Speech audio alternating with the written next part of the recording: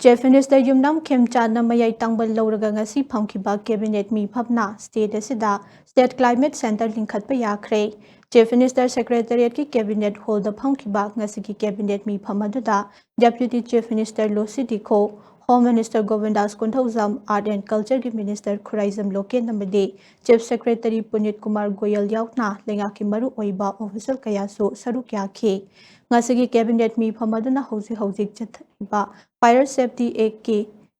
asimatamga chunaba maungda update tawduna fire safety ki thabak thoram hena afaba maikaida puraknaba Manipur Fire and Emergency Ordinance 2026 chanabada ayaba pikhe. Unified Zoning Use Regulation Bylaws for the Master Plan Areas of Manipur 2026 ki makhada Ease of Doing Business ki bylaws amend tawnaba ngasigi mifam aduna warep lawkhibaga loinana City Investment to Innovate, Integrate and Sustain Cities 2.0 program ki makhada state asida State Climate Center linkhatnaba amato oina yanakhe. Ngasigi cabinet mifam aduga mari leinana social media da thagalakpa post amada Chief Minister Yumnam Khemchana hai ngasi phangkiba cabinet mifam aduda maru oiba policy kayagi matangda kupna khanabaga loinana lengak lon chawkhat thaurangi phibam amade miyamda ningthina service phanghanabagi mitningda maru oiba phirep sing lawnaba khanakhi. Lengaga sina transparent laina amade miyamgi ihul khangna chatpagi chapchaba phirep lai